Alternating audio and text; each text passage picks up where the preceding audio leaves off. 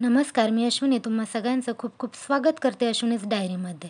तर आपण आज हे ड्राय फ्रुट्स, खारीक आणि डिंकाचे लाडू कसे बनवायचे ते पाहणार आहोत. यात आपण गूळ वापरणार आहोत आणि गुळाचा आपल्याला पाक करून घ्यायचा नाहीये. विदाऊट पाकाचेच हे लाडू आपण करणार आहोत. आपल्याला या लाडूसाठी लागणारं जे साहित्य आहे ते मी वाटीनीच मोजून घेतलेलं आहे. तर इथे साधारण मला हे जे तूप आहे ते 2.5 ते 3 वाटी तूप लागलं होतं. तर तुम्ही देखील तुमच्या घरात जी वाटी किंवा जे एक भांडं असेल त्या एका भांड्याने सगळं साहित्य मोजून घेऊ शकता. तर मी सगळ्यात पहिल्याला आपल्याला डिंक तळायचा आहे. तर तूप छान असं गरम करून घेतलं. तर तुम्ही ते पाहू शकताय. वजनी जर पाहिलं तर हा 100 ग्रॅम डिंक आहे. तर याच वाटीने मी सगळं साहित्य मोजून घेतलेलं आहे. तर तुम्ही पाहू शकता की आपण जे आपला डिंक आहे तो छान असा फुलवून घ्यायचा आहे किंवा तळून घ्यायचा आहे, जे काही तुम्ही बोलत असाल ते. तर हा माझा डिंक छान तळल्यानंतर मी बाहेर काढून घेतली. गॅसची जी फ्लेम आहे ती थोडीशी मीडियमच ठेवा, कारण डिंक तळायला घेतल्यावर तो फार लवकर जळतो. तर मग तो असा करपट लागतो, त्यामुळे थोडंसं मीडियमच करा. मला तूप थोडंसं कमी वाटलं तळायला, तर मी याच्यात अजून थोडं तूप टाकून घेतलं. कारण माझा डिंक व्यवस्थित तळला जावा आणि बोटाने जरी दाबला तरी तो बारीक व्हावा यासाठी. तर इथे माझा सगळा डिंक तळून झाला आहे. त्याच नंतर मी 1 वाटी काजू घेतलेले आहेत. तुम्हाला हवे असेल तर तुम्ही प्रमाण कमी जास्ती करू शकता. पण प्रमाण कमी जास्ती करताना तूप देखील थोडं वाढवत किंवा गूळ पावडर थोडी वाढवत आणि जे आपण खारीक पावडर वापरणार आहोत, ती देखील थोडी तुम्हाला बाकीच्या प्रमाणानुसार वाढवावी लागेल. त्यामुळे शक्यतो एकच भांडं घ्यात आणि त्याच प्रमाणात सगळी मापं घ्यात. म्हणजे लाडू व्यवस्थित बांधल्या जातील. नाहीतर आपले लाडू छान असे वळल्या जाणार नाही, बांधल्या जाणार नाहीत. तर काजूचा थोडासा कलर चेंज झाल्यानंतर मी काजू काढून घेतलेत आणि त्यानंतर इथे बदाम तळते. तर मी बदाम थोडे जास्ती घेतलेत. काजूचं प्रमाण थोडंसं कमी ठेवलं, कारण त्यात हीट असते आणि आता थंडी जी आहे ती संपत आली आहे, त्यामुळे काजूचं प्रमाण थोडंसं कमी केलं आहे. माझे बदाम देखील तळून झालेत छान असे. थोडेसे ते फुगतात. आपल्याला वास येतो आणि तळून झाले की.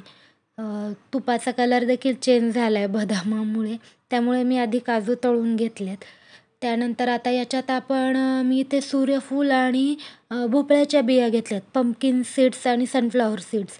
तर तुम्ही याच्याऐवजी अ, अक्रोड वापरू शकता, पिस्ता वापरू शकता किंवा म्हणजे ज्या कुठल्या बिया तुम्हाला आवडतात त्या वापरू शकता. ड्राय फ्रुट्स तुम्ही तुमच्या अगदी मनाप्रमाणाने हवे त्या प्रमाणात वापरू शकता. फक्त तुम्ही जेव्हा ह्या बाकीच्या गोष्टी वाढवता, तेव्हा तुपाचं, गुळाचं प्रमाण देखील थोडंसं वाढवा किंवा खारीक पावडरचं प्रमाण देखील थोडंसं वाढवा. जेणे तुमचे लाडू छान असे गोड होतील आणि तुपाचं प्रमाण जास्ती केल्यामुळे व्यवस्थित वळल्या जातील.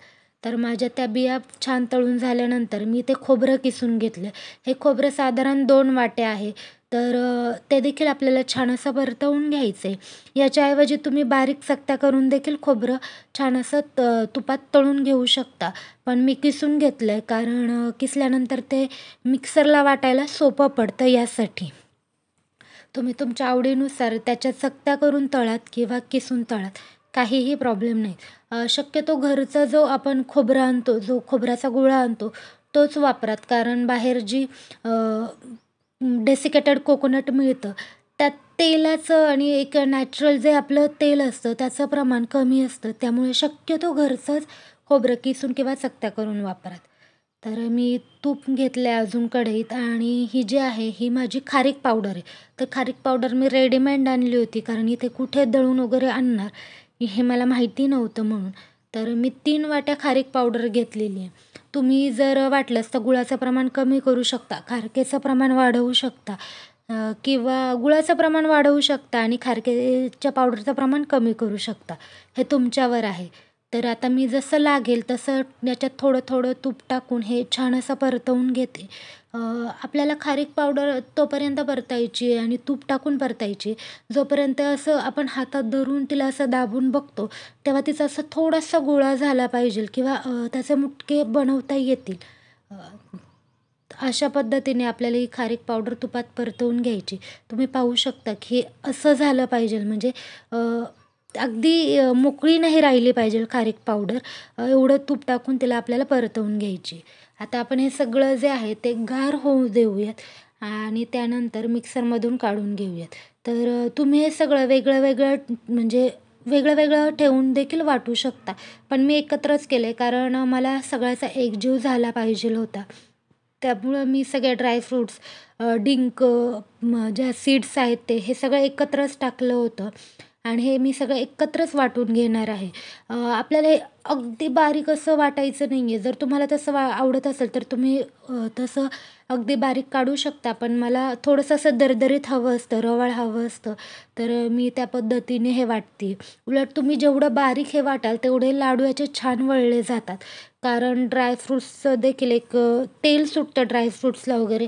तर त्याने देखील जे आपले लाडू आहेत ते छान असे आपल्याला वळता येतात.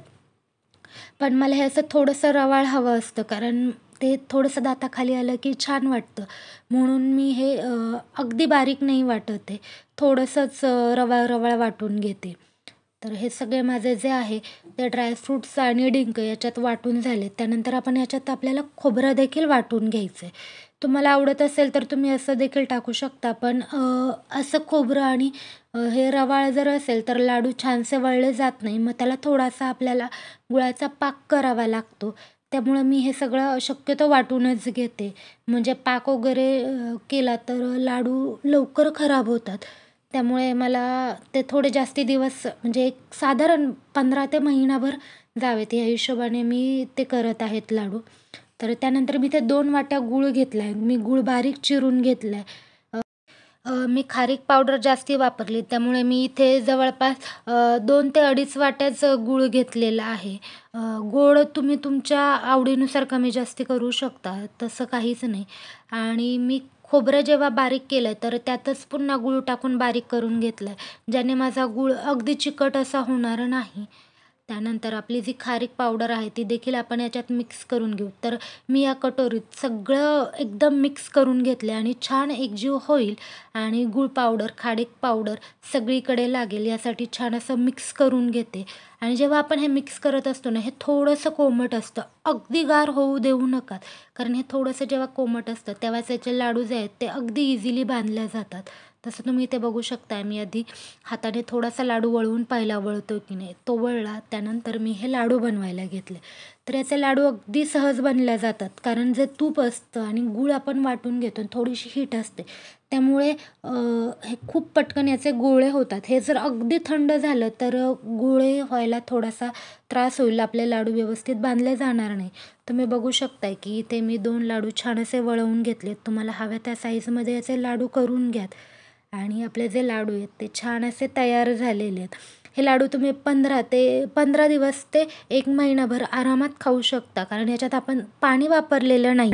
त्यामुळे हे अगदी छान असे राहतात आणि अगदी खूप म्हणजे खूप हेल्दी आहेत. तर तुम्ही देखील असे लाडू नक्कीच ट्राय करात आणि आपण भेटूया तशाच एका नवीन व्हिडिओसोबत. तोपर्यंत आनंदी राहा, खुश राहा आणि स्वतःची खूप सारी काळजी घ्या.